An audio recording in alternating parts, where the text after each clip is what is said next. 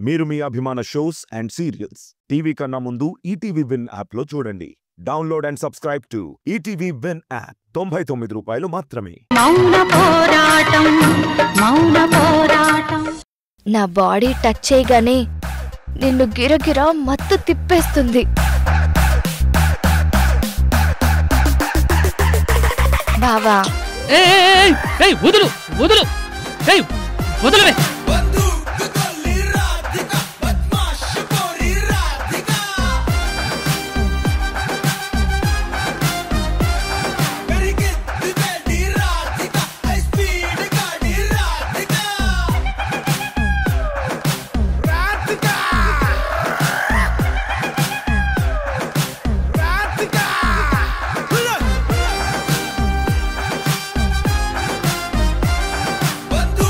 బావా నీ కళ్ళు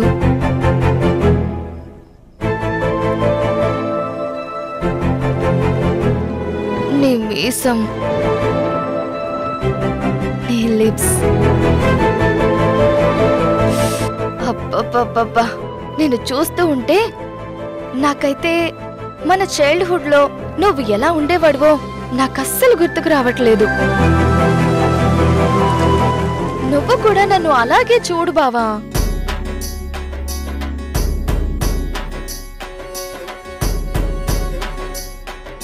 బావా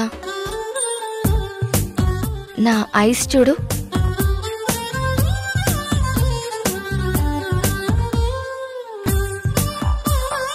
నా నోస్ చూడు.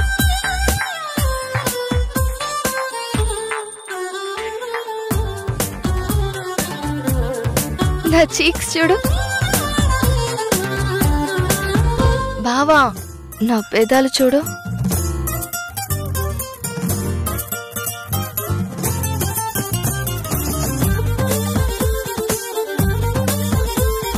టోటల్ గా నా ఫిగర్ చూడు బావా.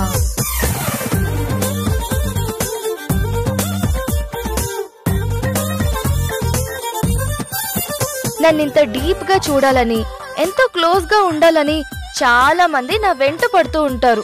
లెటర్స్, గిఫ్ట్స్ ఇలా చాలా చాలా ఇస్తూ ఉంటారు. కానీ వాళ్ళందరికీ మిగిలేది చెంపదెబ్బలు. కానీ నువ్వడిగితే నీకేమైనా నా సర్వస్వాన్నే ఇచ్చేస్తాను. నిన్ను ఎలా చూసినా నాకు నువ్వు చిన్నప్పటి నందిన్లాగే కనిపిస్తావు. నిన్ను పెళ్లి చేసుకోను, ఇదే ఫిక్స్, ఇదే నా డెసిషన్. నన్ను వదిలే తల్లు. బావా బావా బావా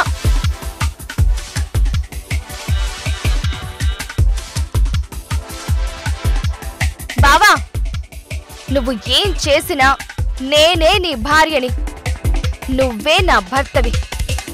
ఇదే నా రాత, నేను రాసుకున్న రాత, నీ రాత కూడా. నిన్ను వదలను బావా, వదలను. అమ్మా నేను ఆఫీస్కి వెళ్ళొస్తాను. ఆ రాక్షస్కి చెప్పు అదెంత గింజుకున్నా నా భార్య కాలేదని.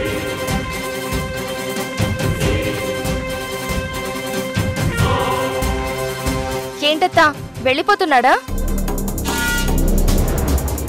నీ కొడుక్కి చెప్పు నేను వద్దనుకోలేని బంధాన్ని,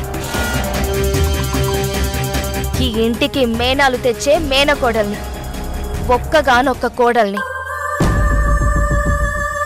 నీకు ముందే చెప్పాను, ఇది కాకపోతే ఇంకొకతి, ఇంకొకతి కాకపోతే మరొకతి అని.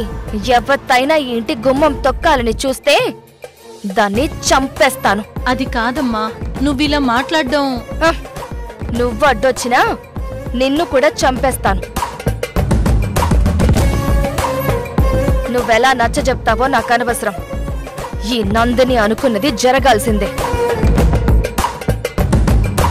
నీ కొడుకే నా మొగుడు.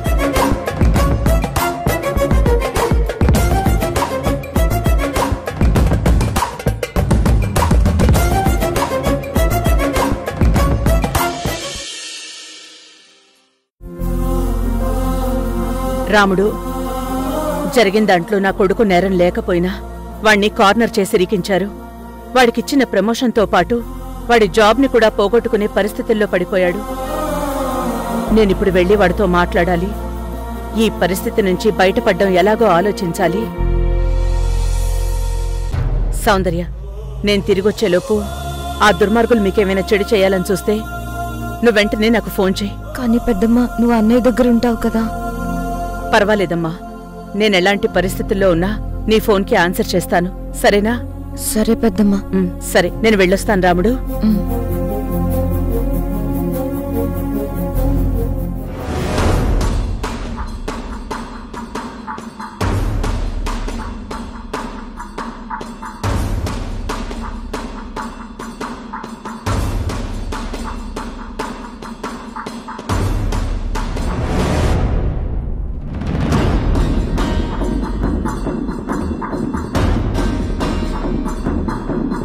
దుర్గా, ఏదో అడవుడు పనిలో ఉన్నట్టున్నావు. ద్వారకని విడిపించే పనేనా? నువ్వు ద్వారక మీద ఇచ్చిన కంప్లైంట్ తప్పు అని ప్రూవ్ అవుతుంది రాజశేఖర్. నన్ను ఇరిటేట్ చేయకు, తప్పుకో. చా, నిజమా? ప్రూవ్ అవుతుందా? ఎలాగప్పా?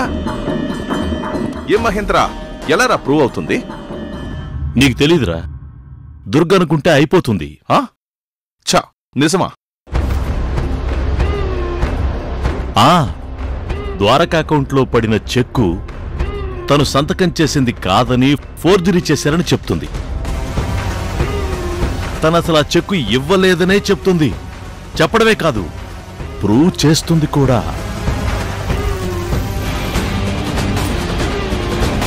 ఎలా ప్రూవ్ చేస్తుంది మహేంద్ర? తనే జానకినని బయట ప్రపంచం మొత్తాన్ని నమ్మిస్తుంది. సో మనం కంప్లైంట్ పెడితే, పోలీసులు ఎంక్వైరీ చేస్తే అప్పుడు తను జానకి అనే సైన్ చేస్తుంది. చెక్లో ఉన్న సైను తను చేసిన సైన్ని ఫోరెన్సిక్ వాళ్ళు చెక్ చేస్తారు. రెండూ ఒకరి సైనేనని తెలిసిపోతుంది. అప్పుడు దుర్గ చెప్తుంది అబద్ధమని తెలిసిపోతుంది.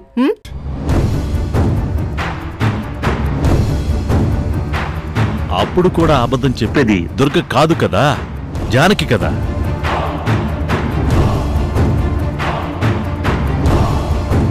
జానకే చెక్కిచ్చింది నేనంటే అది అబద్ధం ఎలా అవుతుంది?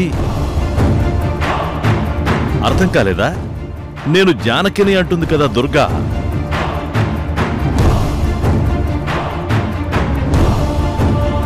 అంటుందిరా, కానీ సరిగ్గా ఆ టైంలోని మనం జానకిని తీసుకొచ్చి పోలీసుల ముందు నిలబెడతాం. అప్పుడు దుర్గ తన కుటుంబానికి ఫేవర్ చేసుకోవడం కోసమే జానకిని కిడ్నాప్ చేసిందని కూడా ప్రూవ్ అయిపోతుంది. నేను బయలుదేరతాను. ఎక్కడికెళ్తావు దుర్గా? ఎంత చెప్తున్నా నీలో అస్సలు భయం లేదు కదా? తప్పుకో రాజశేఖర్. నేను తప్పుకున్నా నువ్వు వెళ్లాల్సింది నువ్వనుకున్న చోటికి కాదు, నేను తీసుకెళ్లే చోటికి. నువ్వు తీసుకెళ్తావా? ఎక్కడికి? HR group of industries head ఆఫీస్కి. ఆఫీస్కా? నేను ఆఫీస్కి రాను, అక్కడ నాకు పనేం లేదు. అవును, నీకింకక్కడ అసలు పనే ఉండదు. కానీ లాస్ట్ చివరిసారిగా నువ్వు ఆఫీస్కొచ్చి తీరాలి, అది కూడా మాతో కలిసి. ఎందుకు? టెండర్ విషయంలో నువ్వు వీళ్ళిద్దరినీ చాలా దారుణంగా అవమానించావు. ఇద్దరిని సెక్యూరిటీ గార్డ్ చేత మెడపట్టి బయటికి తోయించేశావు. ఆఫీసులో బాసెస్ గా ఉన్న మమ్మల్ని ఓ అకౌంటెంట్ కింద అసిస్టెంట్స్ గా మార్చేశావు. అదేమి స్వయంకృతం. ఎప్పుడు సెల్యూట్ చేసే సెక్యూరిటీ గార్డ్తో మెడపట్టి బయటికి తోయిస్తే ఎంత దారుణంగా ఉంటుందో నువ్వు కూడా రుచి చూడాలి. అంత అవమానమే నువ్వు కూడా పడాలి.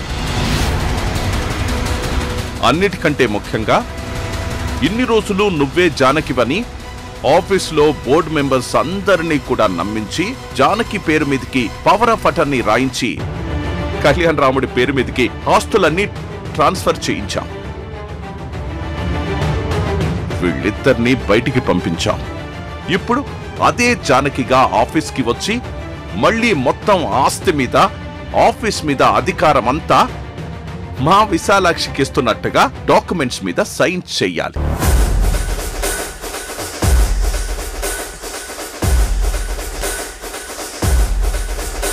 మొత్తం పవర్ మహేంద్రకి విశాలాక్షికి అప్పచెప్పేసి ఇదంతా నా వల్ల కావట్లేదని ఒప్పుకొని అందరి ముందు నువ్వు క్షమాపణ చెప్పి ఆఫీస్ నుంచి నువ్వు బయటికి వెళ్ళిపోవాలి. అది నేనెలా చేస్తాను?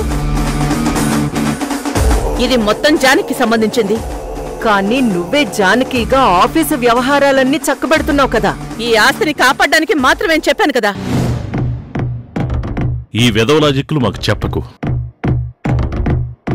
మాట్లాడకుండా ఆఫీస్కి రా. మొత్తం షేర్ హోల్డర్స్ అందరినీ అప్పుడెలా నమ్మించావు, ఇప్పుడు అలాగే నమ్మించు. జానకి అధికారం మొత్తం మాకిచ్చేస్తుందని వాళ్ళందరినీ నమ్మించాలి. అది ఊహల్లో జరుగుతుందేమో గాని నిజంగా జరగదు. నా ప్రాణం పోయినా జరగదు.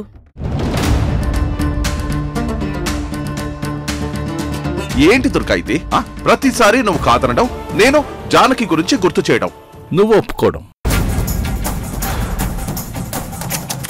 బాలా అసలేం బాలేదు. అందుకే ఈసారి నుంచి నేను ఫోన్ చేయను. 10:45 అయ్యేసరికి నా నుంచి ఫోన్ రాకపోతే మీరే జానకి కాలో చెయ్యో మీకు నచ్చిన ఏదో ఒక పార్ట్ తీసి నాకు పంపించండి అని చెప్పాను.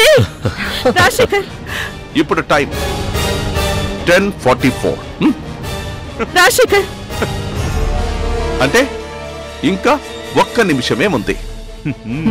నీకు తెలుసుగా మా వాళ్ళు ఎంత స్వామి భక్తులు. మొన్న నా డెన్కు వచ్చి మరీ తెలుసుకున్నావు కదా. ఈ ఒక్క నిమిషం నేను ఫోన్ చేయకుండా ఉంటే చాలు, వాళ్ళకప్ప చెప్పిన పని వాళ్ళు సిన్సియర్ గా చేసేస్తారు. 45 సెకండ్సే. రాజశేఖర్ నీకు కావాలంటే నన్ను చంపేయ్ ప్లీజ్. ఫోన్ చేయి. జానకి నేను చేయొద్దని ఫోన్ చేయి. అరే చేస్తాను. నువ్వు ఆఫీస్కి వచ్చి మేం చెప్పినట్టు చేస్తానని చెప్తే అప్పుడు చేస్తాను. ఇంకా 30 సెకండ్లే ఉంది. చెయ్యి రాజశేఖర్. ఇదంతా నా ఆస్తి కాదు. ఫోన్ చేయి. నా ఆస్తి అయితే ఇచ్చేస్తాను కదా. ప్లీజ్ రాజశేఖర్ ఒక్కసారి ఫోన్ చేయి. అరే జస్ట్ 15 సెకండ్సే. అయ్యో రాజశేఖర్ ఫోన్ చేయి. రాజశేఖర్ నీకు దండం పెడతాను. నాది కంద నేను ఇవ్వడం ధర్మం కాదు. అరే జస్ట్ 10 సెకండ్స్. వస్తాను. ఏంటి వస్తున్నావా? వస్తాను. నువ్వు చెప్పినట్టే చేస్తాను. ముందు ఫోన్ చేయి రాజశేఖర్ ప్లీజ్. ఫోన్ చేయి. సరే చేస్తాను.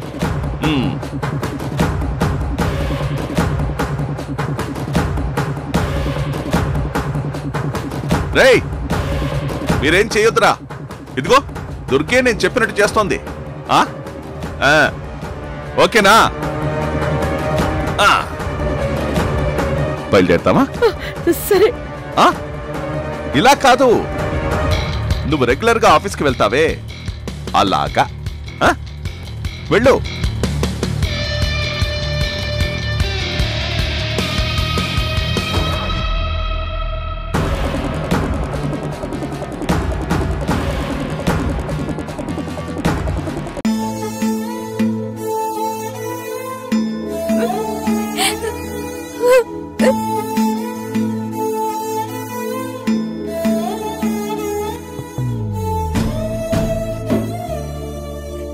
వాళ్ళందరూ సర్వనాశనం అయిపోవాలి, చచ్చిపోవాలి. అవంతి ఊరుకో, గట్టిగా అరవకూడదు.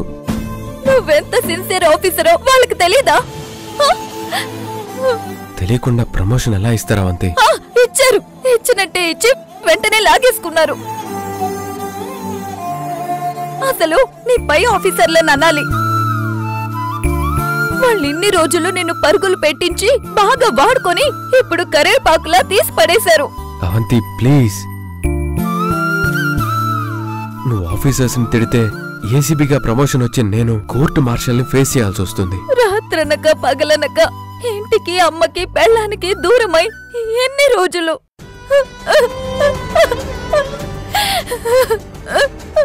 అవంతి ప్లీజ్, అవంతి ఏడవకు. అయినా ఎవరో ఏదో కంప్లైంట్ ఇస్తే వాళ్ళు చాలా ప్లాన్డ్ గా చేశారు అవంతి. అమ్మ చేత్తోనే సైన్ చేయించి చెక్ నా అకౌంట్లో వేసేసి దాని మీద అమ్మది ఒక నేరం, నాది ఒక నేరం, చాలా ప్లాన్డ్ గా కేసు పెట్టారు. అకౌంట్లో పడిన చెక్, ప్రస్తుతం ఉన్న బ్యాంక్ బ్యాలెన్స్ అన్నీ నా నేరాన్ని ప్రూవ్ చేస్తున్నాయి. నువ్విప్పటి వరకు లంచం అనే మాట ఎరగవు. మీ అమ్మ జనం కోసం ఎంత చేసిందో మీ ఆఫీసర్లందరికీ తెలుసు. అలాంటిది మీ అమ్మ ఎవరితో ఆస్తి కోసం నువ్వు డబ్బు కోసం ఇలాంటి పని చేసావంటే ఎలా నమ్మేశారు? ఇక్కడ నమ్మకాలతో ఎమోషన్స్తో పని లేదు, సాక్ష్యాలతో ఆధారాలతోనే పని. ఇప్పుడు ఈ కేసులో నుంచి బయటపడ్డం ఎలా ద్వారక? అసలు బయటపడతావా? తెలీదవంతి. ఆ డబ్బు ఎవరో తెలియని వాళ్ళ అకౌంట్ నుంచి నా అకౌంట్లోకి ట్రాన్స్ఫర్ అయి ఉంటే నాకు వాళ్ళకి అసలు సంబంధమే లేదని ప్రూవ్ చేసుకోవచ్చు. కానీ అక్కడ అమ్ముంది. జానకి గారు ఎవరో నాకు తెలియదంటే ఆవిడ అమ్మలాగే ఉంది కాబట్టి అమ్మే అక్కడుండి జానకమ్మని కిడ్నాప్ చేసేసిందని, డబ్బంతా లాగేసుకున్నారు అని రకరకాలుగా కంప్లైంట్స్ వచ్చేస్తాయి. ఎందుకంటే వాళ్ళ దగ్గర జానకమ్మ కూడా ఉంది. వాళ్ళిప్పుడు కేసుని ఎలా కావాలంటే అలా తిప్పుకోగలరు. ఇప్పుడు మనకున్న ఒకే ఒక్క ప్లస్ పాయింట్ ఏంటంటే వాళ్ళు అనుకున్నట్టుగా అమ్మ మీద ఇంకా కేసు పెట్టలేదు. అమ్మ బయటే ఉంది, అదొక్కటే ప్లస్. అమ్మ మీద ఎందుకు కేసు పెట్టలేదో తెలీదు, ఎప్పుడు పెడతారో తెలీదు. కానీ అమ్మ బయటే ఉంటే ఏదైనా చేస్తుందనే ఆశ ఉంటుంది.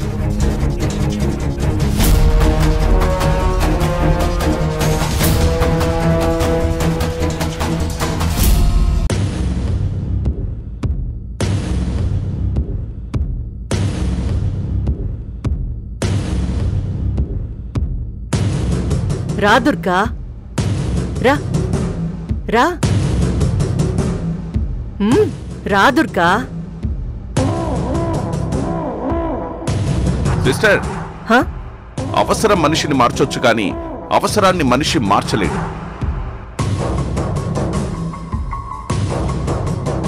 కాబట్టి ఆ అవసరానికి తగ్గట్టు మన మాట పిలుపు కూడా మారాలి. ఇప్పుడు నీకు ఇష్టం ఉన్నా ఇష్టం లేకపోయినా దుర్గని దుర్గా అని పిలవకూడదు, జానకి అనే పిలవాలి.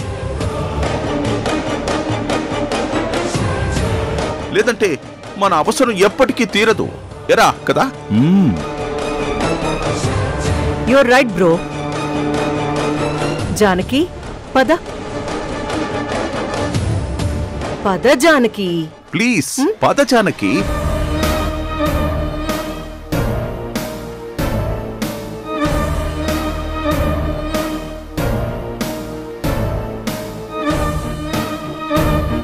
ఏంటి ఇంకెప్పుడు ఆఫీస్కి రారనుకున్న వాళ్ళు మళ్ళీ ఆఫీస్కి వస్తున్నారు? పులేమో మేకలకి ఆహారమైనట్టు మొహం పెట్టుకుని వచ్చింది, మేకలేమో పులిని తినేసే గాంభీర్యంతో వస్తున్నాయి. వసంత్ సార్, నేను రెడీ చేయమని చెప్పిన పేపర్స్ రెడీ అయ్యాయా? అయ్యాయి సార్. అవన్నీ తీసుకుని మేడం ఛాంబర్కి రా. అలాగే సార్. త్వరగా పద జానకి పద.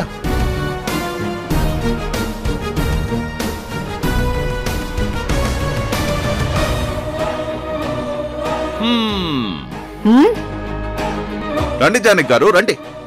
వచ్చి మీ సీట్లో సుఖాసీనుడు కండి. మీరేంటి చూస్తూ నిలబడ్డారు? వెళ్ళి కూర్చోండి, కూర్చోండి.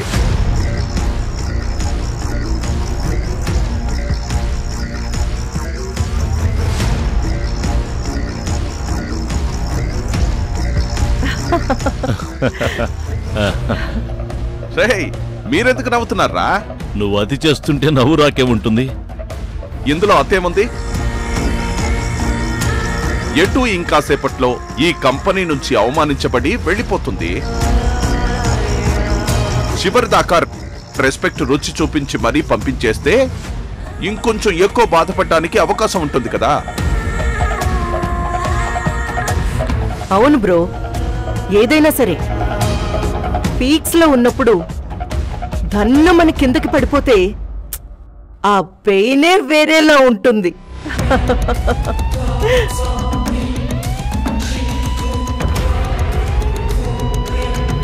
ఏయ్, నువ్వేంటిక్కడ? నిన్నెవరు లోపలికి రమ్మన్నారు? అసలు మీరెందుకు లోపలికి వచ్చారు? మేడం మిమ్మల్ని బయటకు పంపించేశారు కదా.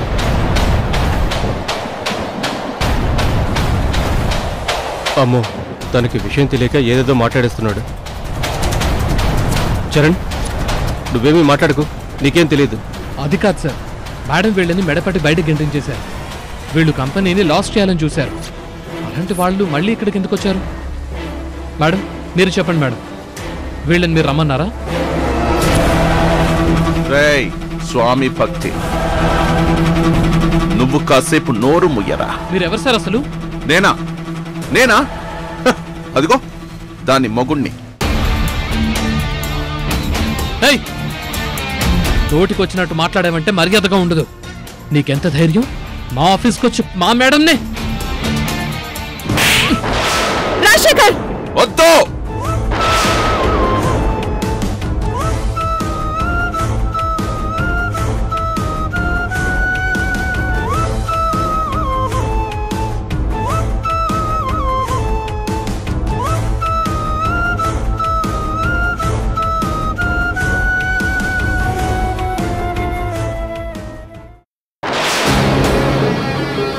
ఇక్కడ జానికి తప్పించుకుంది సార్.